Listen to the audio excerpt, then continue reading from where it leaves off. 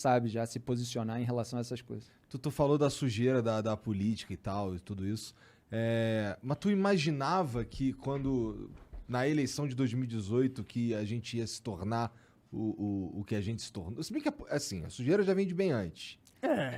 Eleições limpas eu acho que eu nunca vi, assim, Não tá tô nem ligado? falando de eleição, Vem tô de falando séculos, Ou uma de política Estado limpa, né? mesmo. Um Estado limpo, eu não vejo também isso. Então, mas rolava uma esperança, né, que o Bolsonaro, que o presidente, desse uma ajuda numa limpeza moral da parada e tal. Tu acreditava nisso de verdade? Olha, os brasileiros tiveram uma esperança de mudança naquele momento porque ele verbalizou muita coisa que atingiu ali os anseios e o sentimento de boa parcela da população naquele momento, porque a roubalheira ocorrida durante os governos do PT, elas atingiram uma magnitude imensa, elas foram descobertas, obviamente a roubalheira já existia no Brasil, em outros governos, em outras épocas. Se você pegar a literatura, eu tenho citado nos artigos alguns autores antigos, Lima Barreto, Joaquim Nabuco, e aparece na obra desses autores as críticas à República desde o seu início, né? Estava lembrando hoje, talvez use aí nos próximos artigos, Paulo Prado também, que escreveu um livro extraordinário, que reflete muito aí o pano de fundo do que a gente vive hoje, mas naquele momento o Jair Bolsonaro usou ali um discurso que já existia por parte de vários colunistas, como eu e vários outros até que vieram antes de mim, e que não estava tendo representatividade na arena política, né? Então ele surfou nessa onda, mas não quer dizer que ele, na vida prática, no seu repertório de votos e de ações concretas, ele fosse condizente com aquilo, tudo que ele estava falando. Então havia diversos ruídos ali entre aquele discurso que encontrou um eleitorado e aquilo que era o Jair Bolsonaro. Algumas coisas foram apontadas ali ao longo da eleição e depois foram surgindo outras, como a própria ladroagem em gabinetes, que foi acusada pelo Ministério Público do Rio de Janeiro, a começar pelo caso do Flávio Bolsonaro, e que fez com que ele tomasse atitudes completamente opostas, né, àquilo que se prometia em campanha, principalmente em relação ao combate à corrupção, por exemplo. Uhum. E aí há uma série de etapas e tal, das quais a gente pode falar, que eu falo há muito tempo e que estão aí se consolidando hoje. Pois é.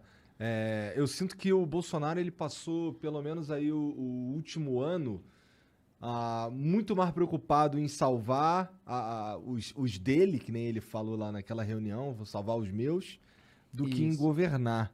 É exatamente isso, né? Perfeita a sua colocação. Ele é movido, como muita gente em Brasília, pelo medo da cadeia, e a partir do momento que o filho dele ficou com essa possibilidade de ser preso, porque foi denunciado por liderar uma organização criminosa que desviou mais de 6 milhões de reais dos cofres públicos da ALERJ, da Assembleia Legislativa do Estado do Rio de Janeiro, acusado de peculato, lavagem de dinheiro também.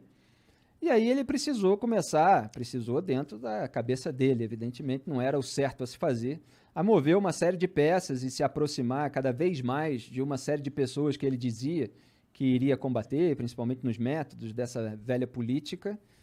E aí ele foi se tornando, ele quer dizer, a maquiagem que ele passou na campanha eleitoral foi escorrendo, né? Sim. Até às vezes falam em trocar de pele, eu prefiro falar isso, que a maquiagem escorreu, quer dizer, aquele discurso que ele pegou ali emprestado de colunistas, de pessoas que apontavam essa lacuna de representatividade no debate público de determinadas ideias, de determinados elementos, aquilo foi jogado para a lata de lixo, porque o importante para ele era o filé mignon dos filhos, era manter a impunidade, manter longe da cadeia.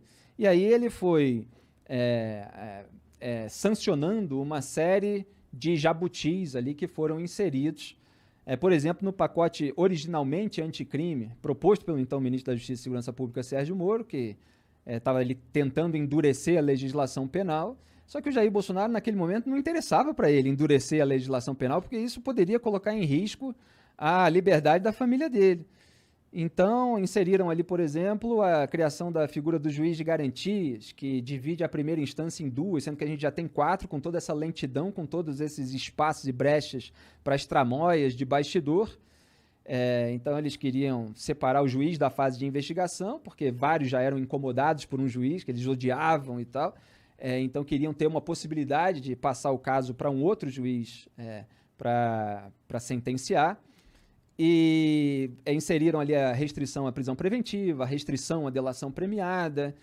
Tudo fazia parte de um mecanismo que o Jair Bolsonaro precisava ativar ali para que a família dele não fosse pega.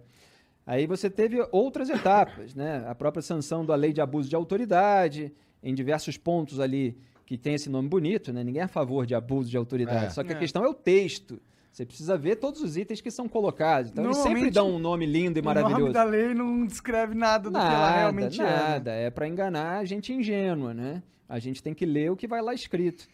E aí você tem uma série de dispositivos ali que servem para cercear, para intimidar a atuação de investigadores, de juízes.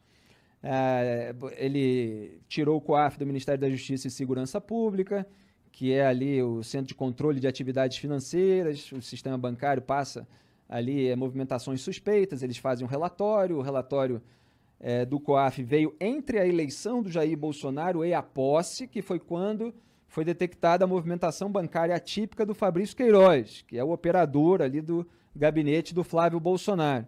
Toda essa história está muito mal contada, cara. E aí eles escantearam o COAF, não fizeram investimento num equipamento ali importante para a detecção de lavagem de dinheiro. E isso foi culminar agora com a alteração da lei de improbidade administrativa também, para abrandar qualquer possibilidade ou tirar a possibilidade de punição de políticos pegos com mau uso ou desvio de recursos públicos, e teve a interferência na Polícia Federal, que é um caso escandaloso. Ele queria trocar o superintendente da PF no Rio de Janeiro, quando justamente um dos casos envolvendo o Flávio Bolsonaro, porque é dividido em dois ali, você tem esse processo que agora o STJ está tentando varrer para debaixo do tapete, e você tem um desdobramento dele, que é o inquérito eleitoral. Mas não conseguiu varrer para debaixo do tapete? Sim, de certa forma, sim. Com uma manobra, tem assim, todos os detalhes, estava analisando ontem e hoje, com uma manobra em conjunto com o Supremo Tribunal Federal, que é muito engraçado, né? Tem gente que se deixa levar, se deixa engambelar pela retórica bolsonarista, eles posam assim de combatentes do Supremo Tribunal Federal, mas estão lá tomando cafezinho com o Gilmar Mendes, está lá abraçando sábado à noite Dias Toffoli. O lava-toga, né? Exatamente, essa é outra história que eu posso lembrar aqui com todos os detalhes, melar a CPI da lava-toga. Mas no Supremo, o Gilmar Mendes ficou responsável pelo recurso do Ministério Público do Rio de Janeiro contra o foro privilegiado, retroativo, né, como a gente passou a chamar, que foi concedido para o Flávio Bolsonaro. Porque ele era deputado estadual, virou senador, mas os crimes acusados ocorreram durante o mandato de deputado estadual. Aí o que o Gilmar fez? Engavetou o recurso do MP e ficou segurando lá na gaveta, enquanto, obviamente, o Gilmar passava a boiada dele, porque ele está sempre lá para blindar os velhos tucanos. Então, ele está sempre lá ajudando Beto Richa, Aécio Neves, Aloysio Nunes, José Serra. Ele se voltou contra a Lava Jato depois que a Lava Jato atingiu os tucanos. Antes ele era a favor, ele impediu o Lula de tomar posse como ministro, quando o Lula queria ter o foro privilegiado para escapar da cadeia. Então, o Gilmar Mendes engavetou. E aí veio férias, a presidência da turma responsável passou para o Cássio Nunes Marques, que foi quem o Jair Bolsonaro colocou no STF, aí ele adiou, engavetou mais ainda, e aí o STJ aproveitou toda essa brecha. Isso assim, caiu com o Gilmar em janeiro do ano passado, é mais de 1 ano e meio engavetar.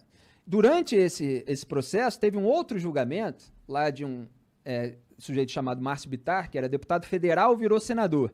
Aí o STF deu uma decisão, não, precisa manter o caso dele, estava sendo acusado lá de mau uso de verbas também. Tem que manter o caso dele no Supremo, então mantém o foro privilegiado, porque os crimes aconteceram quando ele era deputado federal, mas ele virou senador, então o Supremo decidiu manter o foro privilegiado. E aí vem o STJ e fala, não, o caso do Flávio Bolsonaro, ele era deputado estadual, virou senador, não é a mesma coisa. Mas aí fala, não, mas por analogia e tal, é mandato cruzado e tal. Sendo que o que o STF tinha decidido em 2018, desculpe me estender, mas é que esses casos são meio complexos, mas é só para dar uma dimensão, né, da quantidade de manobras. O que o STF tinha decidido em 2018 não era nada disso. era que deputados federais e senadores que são acusados por algo que aconteceu nos seus mandatos, mas que saem do mandato, seja porque acaba, seja porque renunciou ou qualquer outra coisa, eles perdem o foro privilegiado no STF. Então, o caso deles é remetido para o juízo de primeira instância. Foi só isso que o STF decidiu, sem pensar em todas as outras possibilidades. Quer dizer, o deputado estadual que vira senador, ele não pensou nisso. Ele só decidiu aquilo ali.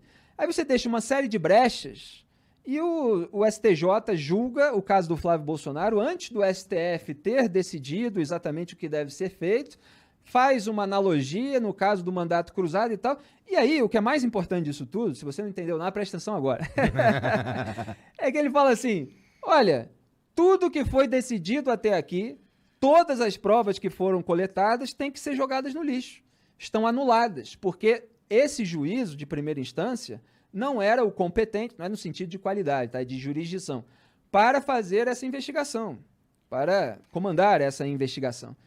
Então, eles tomam uma decisão a partir de uma regra inexistente, que passa a ser criada agora, que passa a valer agora, e usam essa regra para trás.